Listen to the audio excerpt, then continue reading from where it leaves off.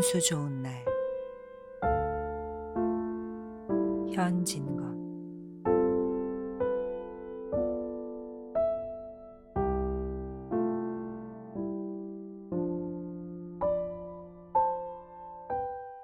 새침하게 흐린 품이 눈이 올 듯 하더니 눈은 아니오고 얼담한 비가 추적추적 내리는 날이었다. 이날이야말로 동서문 안에서 인력 거꾼 노릇을 하는 김첨지에게는 오래간만에도 닥친 운수 좋은 날이었다. 문 안에, 거기도 문 밖은 아니지만 들어간답시는 앞집 마마님을 전찻길까지 모셔다 드린 것을 비롯으로 행여나 손님이 있을까 하고 정류장에서 어정어정하며 내리는 사람 하나하나에게 거의 비는 듯한 눈결을 보내고 있다가 마침내 교원인 듯한 양복쟁이를 동광학교까지 태워다 주기로 하였다. 첫 번째 30전, 둘째 번에 50전. 아침 대바람에 그리 흉치 않은 일이었다. 그야말로 재수가 옴붙어서 근 열흘 동안 돈 구경도 못한 김첨지는 10전짜리 백동화 서푼 또는 5푼이 찰깍하고 손바닥에 떨어질 때 거의 눈물을 흘린 만큼 기뻤었다. 더구나 이날 이때에 이 80전이라는 돈이 그에게 얼마나 유용한지 몰랐다. 컬컬한 목에 모주 한 잔도 적실 수 있거니와 그보다도 앓는 아내에게 설렁탕 한 그릇도 사다 줄 수 있음이라. 그의 아내가 기침으로 콜록거리기는 벌써 달포가 넘었다. 조밥도 굶기를 먹다시피 하는 형편이니 물론 약 한 첩 써본 일이 없다. 구태여 쓰려면 못쓸 바도 아니로되 그는 병이란 놈에게 약을 주어 보내면 재미를 붙여서 자꾸 온다는 자기 신조에 어디까지 충실하였다. 따라서 의사에게 보인 적이 없으니 무슨 병인지는 알 수 없으되 반드시 누워가지고 일어나기는 새로 모로도 못 눕는 것을 보면 중증은 중증인 듯. 병이 이내도록 심해지기는 열흘 전에 조밥을 먹고 체한 때문이다. 그때도 김첨지가 오래간만에 돈을 얻어서 좁쌀 한 대와 10전짜리 나무 한 단을 사다 주었더니 김첨지의 말에 의지하면 그 오라질년이 천방지축으로 냄비에 대고 끓였다. 마음은 급하고 불길은 달지 않아 채 익지도 않은 것을 그 오라질년이 숟가락은 고만두고 손으로 움켜서 두 뺨에 주먹덩이 같은 혹이 붉어지도록 누가 빼앗을 듯이 처먹질 하더니만 그날 저녁부터 가슴이 땡긴다 배가 캥긴다고 눈을 흡뜨고 지랄병을 하였다. 그때 김첨지는 열화와 같이 성을 내며 에이 오라질년 조랑복은 할 수가 없어. 못 먹어서 병 먹어서 병 어쩌란 말이야? 왜 눈을 바로 뜨지 못해? 하고 앓는 이의 뺨을 한번 후려 갈겼다. 흡뜬 눈은 조금 바루어졌건만 이슬이 맺히었다. 김첨지의 눈시울도 뜨끈뜨끈하였다. 이 환자가 그러고도 먹는 데는 물리지 않았다. 사흘 전부터 설렁탕 국물이 마시고 싶다고 남편을 졸랐다. 이런 오라질년, 조밥도 못 먹는 년이 설렁탕은 또 먹고 지랄병을 하게? 라고 야단을 쳐보았건만 못 사주는 마음이 시원치는 않았다. 인제 설렁탕을 사줄 수도 있다. 앓는 어미 곁에서 배고파 보채는 개똥이에게 죽을 사줄 수도 있다. 80전을 손에 쥔 김첨지의 마음은 푼푼하였다. 그러나 그의 행운은 그걸로 그치지 않았다. 땀과 빗물이 섞여 흐르는 목덜미를 기름주머니가 다 된 외목수건으로 닦으며 그 학교 문을 돌아 나올 때였다. 뒤에서 인력거 하고 부르는 소리가 난다. 자기를 불러 멈춘 사람이 그 학교 학생인 줄 김첨지는 한 번 보고 짐작할 수 있었다. 그 학생은 다짜고짜로 남대문 정거장까지 얼마요? 라고 물었다. 아마도 그 학교 기숙사에 있는 이로 동기방학을 이용하여 귀향하려 함이니라. 오늘 가기로 작정은 하였건만 비는 오고 짐은 있고 해서 어찌할 줄 모르다가 마침 김첨지를 보고 뛰어나왔음이리라. 그렇지 않으면 왜 구두를 채 신지도 못해서 질질 끌고 비록 고구라 양복일망정 노박이로 비를 맞으며 김첨지를 뒤쫓아 나왔으랴. 남대문 정거장까지 말씀입니까? 하고 김첨지는 잠깐 주저하였다. 그는 이 우중에 우장도 없이 그 먼 곳을 철벅거리고 가기가 싫었습니까? 처음 것 둘째 것으로 고만 만족하였습니까? 아니다, 결코 아니다. 이상하게도 꼬리를 맞물고 덤비는 이 행운 앞에 조금 겁이 났습니다. 그리고 집을 나올 때 아내의 부탁이 마음이 캥기었다.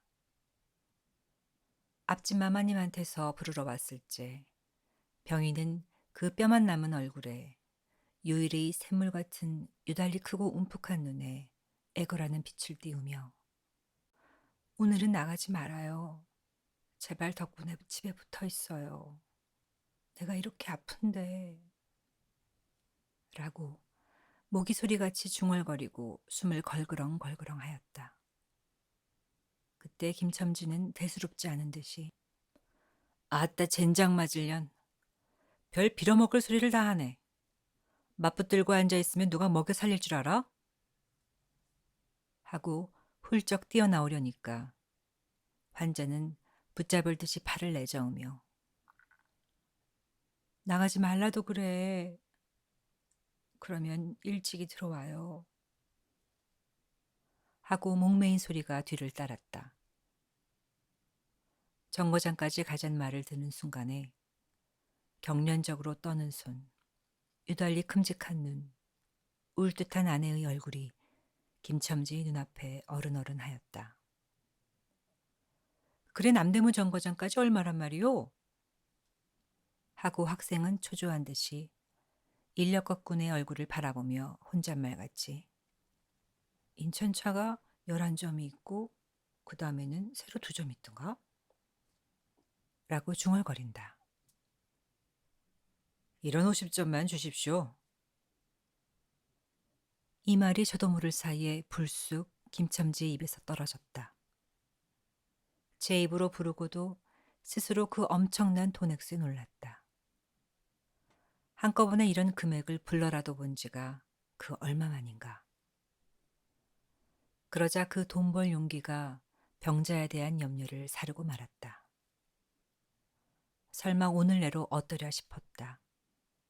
무슨 일이 있더라도 제1, 제2의 행운을 곱친 것보다도 오히려 갑절이 많은 이 행운을 놓칠 수가 없었다. 이런 50전은 너무 과한데? 이런 말을 하면 학생은 고개를 기웃하였다. 아니올시다. 이수로 치면 여기서 거기가 시오리가 넘는답니다. 또 이런 진날은 좀 더 주셔야죠. 하고 빙글빙글 웃는 차부의 얼굴에는 숨길 수 없는 기쁨이 넘쳐 흘렀다. 그러면 달라는 대로 줄 터이니 빨리 가요. 관대한 어린 손님은 이런 말을 남기고 총총히 옷도 입고 짐도 챙기러 갈 대로 갔다. 그 학생을 태우고 나선 김첨지의 다리는 이상하게 거뿐하였다. 다름질을 한다는 이보다 거의 나는 듯했다. 바퀴도 어떻게 속해 도는지 구른다는 이보다 마치 얼음을 지쳐나가는 스케이트 모양으로 미끄러져 가는 듯했다. 언 땅에 비가 내려 미끄럽기도 하였지만 이윽고 끄는 이의 다리는 무거워졌다. 자기 집 가까이 다다른 까닭이다. 새삼스러운 염려가 그의 가슴을 눌렀다. 오늘은 나가지 말아요. 내가 이렇게 아픈데. 이런 말이 잉잉 그의 귀에 울렸다. 그리고 병자의 움푹 들어간 눈이 원망하는 듯이 자기를 노리는 듯하였다. 그러자 엉엉하고 우는 개똥이의 곡성을 들은 듯 싶다. 딸꾹딸꾹하고 숨 모으는 소리도 나는 듯 싶다. 왜 이래요? 기차 놓치겠구먼. 하고 타니의 초조한 부르짖음이 간신히 그의 귀에 들어왔다. 언뜻 깨달으니 김첨지는 인력거를 쥔 채 길 한복판에 엉거주춤 멈춰 있지 않은가. 예, 예. 하고 김첨지는 또다시 다름질하였다. 집이 차차 멀어질수록 김첨지의 걸음에는 다시금 신이 나기 시작하였다. 다리를 제게 놀려야만 쉴 새 없이 자기 머리에 떠오르는 모든 근심과 걱정을 잊을 듯이. 정거장까지 끌어다 주고 그 깜짝 놀란 1원 50전을 정말 제 손에 주매 제 말 맞다나 심리나 되는 길을 비를 맞아가며 질퍽거리고 온 생각은 아니하고 거저나 얻은 듯이 고마웠다. 졸부나 된 듯이 기뻤다. 제 자식벌밖에 안 되는 어린 손님에게 몇 번 허리를 굽히며 안녕히 다녀오십시오 라고 깍듯이 재우쳤다. 그러나 빈 인력거를 털털거리며 이 우중에 돌아갈 일이 꿈밖이었다. 노동으로 하여 흐른 땀이 식어지자 굶주린 창자에서 물 흐르는 옷에서 어슬어슬 한기가 솟아나기 비롯하며 1원 50전이란 돈이 얼마나 괜찮고 괴로운 것인 줄 절절히 느끼었다. 정거장을 떠나는 그의 발길은 힘 하나 없었다. 온몸이 옹송그려지며 당장 그 자리에 엎어져 못 일어날 것 같았다. 젠장 맞을 것, 이비를 맞으며 빈 인력거를 털털거리고 돌아를 간담. 이런 빌어먹을 제 할미를 붙을 비가 왜 남의 상판을 딱딱 때려? 그는 몹시 화증을 내며 누구에게 반항이나 하는 듯이 개걸거렸다. 그럴 즈음에 그의 머리엔 또 새로운 광명이 비쳤나니 그것은 이러고 갈 게 아니라 이 근처를 빙빙 돌며 차 오기를 기다리면 또 손님을 태우게 되는지도 몰라 란 생각이었다.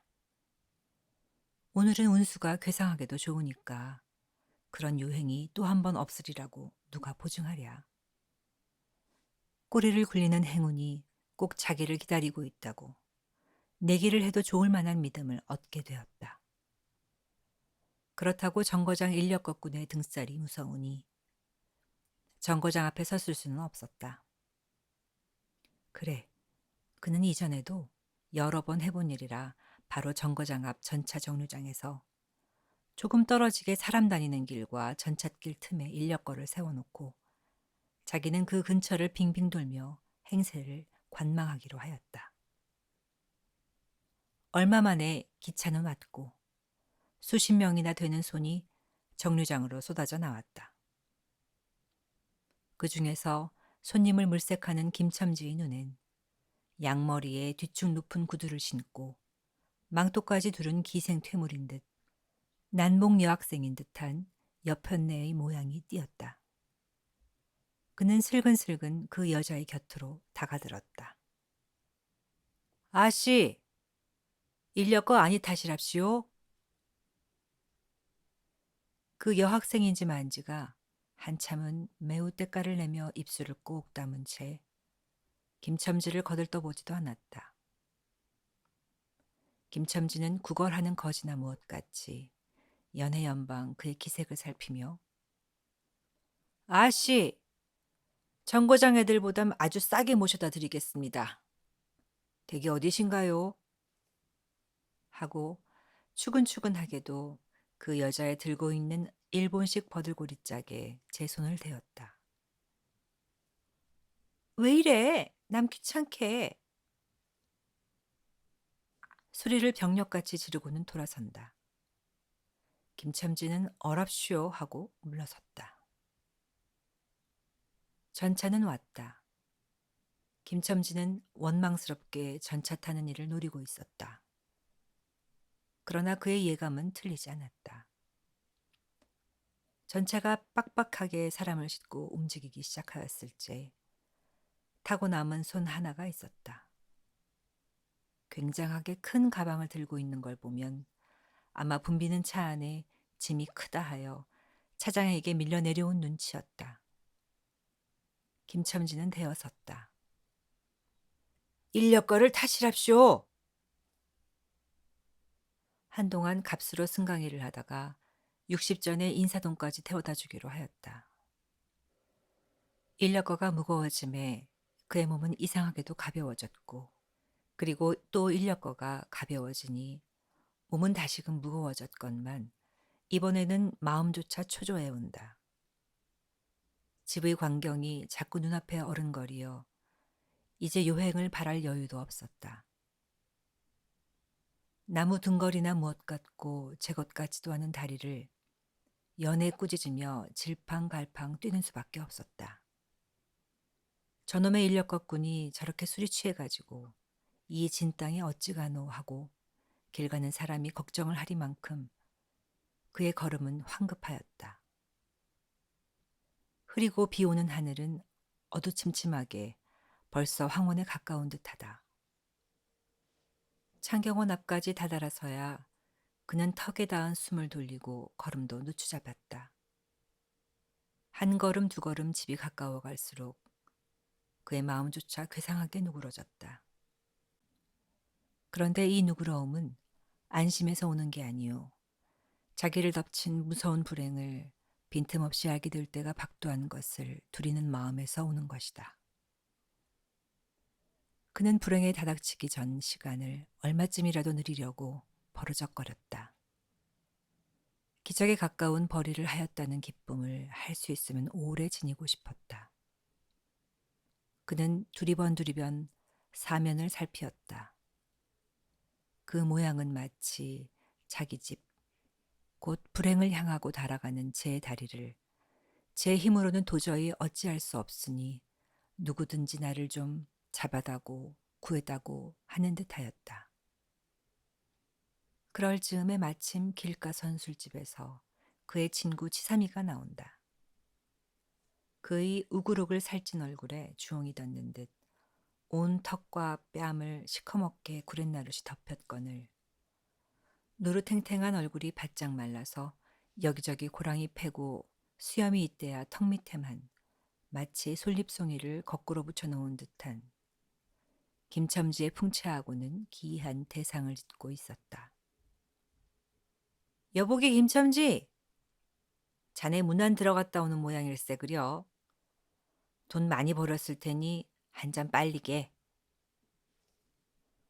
뚱뚱보는 말라깽이를 보던 맛에 부르짖었다. 그 목소리는 몸짓과 딴판으로 연하고 싹싹하였다. 김첨지는 이 친구를 만난 게 어떻게 반가운지 몰랐다. 자기를 살려준 은인이나 무엇같이 고맙기도 하였다. 자네는 벌써 한 잔 모양일세 그려. 자네도 오늘 재미가 좋아 보이. 하고 김첨지는 얼굴을 펴서 웃었다. 아따, 재미 안 좋다고 술 못 먹을 낸가? 그런데 여보게, 자네 웬몸이 어째 물독에 빠진 새앙쥐 같은가? 어서 이리 들어와 말리게. 선술집은 훈훈하고 뜨뜻하였다. 추어탕을 끓이는 솥뚜껑을 열 적마다 뭉게뭉게 떠오르는 흰김, 석쇠에서 뻐지짓 구워지는 너비아이 구이며 제육이며 간이며 콩팥이며 북어며 빈대떡, 이 너저분하게 늘어놓인 안주탁자에 김첨지는 갑자기 속이 쓰려서 견딜 수가 없었다. 마음대로 할 양이면 거기 있는 모든 먹음먹이를 모조리 깡그리 집어 삼켜도 시원치 않았다 하되 배고픈 이는 위선불량 많은 빈대떡 2개를 쪼이기도 하고 추어탕을 한 그릇 청하였다. 줄인 창자는 음식 맛을 보더니 더욱더욱 비어지며 자꾸자꾸 드리라 하였다. 순식간에 두부와 미꾸리 든 국 한 그릇을 그냥 물같이 들이켜고 말았다. 셋째 그릇을 받아들었을 때 데우던 막걸리 곱빼기 2잔이 더웠다. 치사미와 같이 마시자 원원이 속이 비었던지라 찌르르 하고 창자에 퍼지며 얼굴이 화끈하였다. 눌러 곱빼기 한 잔을 또 마셨다. 김첨지의 눈은 벌써 개게 풀리기 시작하였다. 석쇠에 앉힌 떡 2개를 숭덩숭덩 썰어서 볼을 불룩거리며 또 곱빼기 2잔을 부어라 하였다. 치삼은 의아한 듯이 김첨지를 보며 여보게 또 붓다니. 벌써 우리가 넉 잔을 먹었네. 돈이 40전일세. 라고 주의시켰다. 아따 이놈아. 40전이 그리 끔찍하냐? 오늘 내가 돈을 막 벌었어. 참 오늘 운수가 좋았느니. 그래? 얼마를 벌었단 말이야? 30원을 벌어서 30원을. 이런 젠장 맞을 술을 왜 안 버? 괜찮다 괜찮다. 막 먹어도 상관없어. 오늘 돈 산더미 같이 벌었는데. 이 사람 취했군. 그만두세. 이놈아, 그걸 먹고 취할 내냐? 어서 더 먹어. 하고는 치삼의 귀를 잡아치며 취한이는 부르짖었다. 그리고 술을 붓는 15살 됨직한 중대가리에게로 달려들며 이놈 오라질 놈, 왜 술을 붓지 않어? 라고 야단을 쳤다. 중대가리는 히히 웃고 치삼을 보며 문의하는 듯이 눈짓을 하였다. 주정꾼이 이 눈치를 알아보고 화를 버럭 내며 애미를 붙을 일 오라질 놈 같으니 이놈 내가 돈이 없을 줄 알고? 하자마자 허리춤을 흠칫흠칫 하더니 1원짜리 한 장을 꺼내어 중대가리 앞에 펄쩍 집어던졌다. 그 사품에 몇 푼 은전이 잘그랑하며 떨어진다. 여보게 돈 떨어졌네. 왜 돈을 맡겼나? 이런 말을 하며 일변 돈을 줍는다. 김첨지는 취한 중에도 돈의 거처를 살피는 듯이 눈을 크게 떠서 땅을 내려다보다가 불시에 제 하는 짓이 너무 더럽다는 듯이 고개를 소스라치자 더욱 성을 내며 봐라 봐 이 더러운 놈들아. 내가 돈이 없나? 다리 뼈다구를 꺾어 놓을 놈들 같으니. 하고 치삼에 주어주는 돈을 받아 이 왼수의 돈, 이 육실을 할 돈 하면서 풀매질을 친다. 벽에 맞아 떨어진 돈은 다시 술 끓이는 양푼에 떨어지며 적당한 매를 맞는다는 듯이 쨍 하고 울었다. 곱빼기 2잔은 또 부어질 겨를도 없이 말려가고 말았다. 김첨지는 입술과 수염에 붙은 술을 빨아들이고 나서 매우 만족한 듯이 그 솔잎송이 수염을 쓰다듬으며 또 부어! 또 부어! 라고 외쳤다. 또 한 잔 먹고 나서 김첨지는 치삼의 어깨를 치며 문득 껄껄 웃는다. 그 웃음소리가 어떻게 컸던지 술집에 있는 이의 눈은 모두 김첨지에게로 몰렸다. 웃는 이는 더욱 웃으며 여보게 치삼이 내 우스운 얘기 하나 할까? 오늘 손을 태고 정거장에 가지 않았겠나? 그래서 갔다가 그저 오기가 안 됐네 그려. 그래 전차 정류장에서 얼음얼음하며 손님 하나를 태우 국리를 하지 않았나. 거기 마침 마마님이신지 여학생이신지 요새야 어디 논다니와 아가씨를 구별할 수가 있던가. 망토를 잡수시고 비를 맞고 서 있겠지. 슬근슬근 가까이 가서 인력 거를 타시랍시오 하고 손가방을 받으려니까 내 손을 딱 뿌리치고 획 돌아서더니만 왜 남을 이렇게 귀찮게 굴어? 그 소리야말로 꾀꼬리 소리지. 허허허허. 김첨지는 교묘하게도 정말 꾀꼬리 같은 소리를 내었다. 모든 사람은 일시에 웃었다. 빌어먹을 깍쟁이 같은 년. 누가 저를 어쩌나? 왜 남을 귀찮게 굴어? 아이고 소리가 처신도 없지. 허허허허허. 웃음소리들은 높아졌다. 그러나 그 웃음소리들이 사라져지기 전에 김첨지는 훌쩍훌쩍 울기 시작하였다. 치삼은 어이없이 주정뱅이를 바라보며 금방 웃고 지랄을 하더니 우는 건 또 무슨 일인가? 김첨지는 연해 코를 들이마시며 우리 마누라가 죽었다네. 뭐? 마누라가 죽다니? 언제? 이놈아 언제는 오늘이지. 애끼 미친놈. 거짓말 마라. 거짓말은 왜 참말로 죽었어 참말로. 마누라 시체를 집에 뻗을쳐 놓고 내가 술을 먹다니 내가 죽일 놈이야 죽일 놈. 하고 김첨지는 엉엉 소리를 내며 운다. 치삼은 흥이 조금 깨어지는 얼굴로 원 이 사람이 참말을 하나 거짓말을 하나. 그러면 집으로 가세. 가. 하고 우는 이의 팔을 잡아당기었다. 치삼의 끄는 손을 뿌리치더니 김첨지는 눈물이 글썽글썽한 눈으로 싱그레 웃는다. 죽기는 누가 죽어? 하고 득이가 양양. 죽기는 왜 죽어? 생때같이 사람만 있단다. 그 오라질년이 밥을 죽이지. 인제 나한테 속았다. 하고 어린애 모양으로 손뼉을 치며 웃는다. 이 사람이 정말 미쳤단 말인가? 나도 아주머니가 앓는단 말은 들었는데. 하고 치삼이도 어느 불안을 느끼는 듯이 김첨지에게 또 돌아가라고 권하였다. 안 죽었어. 안 죽었대도 그래. 김첨지는 화증을 내며 확신 있게 소리를 질렀으되 그 소리엔 안 죽은 것을 믿으려고 애쓰는 가락이 있었다. 기어이 일원어치를 채워서 곱빼기 한 잔씩 더 먹고 나왔다. 굳은 비는 의연히 추적추적 내린다. 김첨지는 취중에도 설렁탕을 사가지고 집에 다다랐다. 집이라 해도 물론 셋집이요.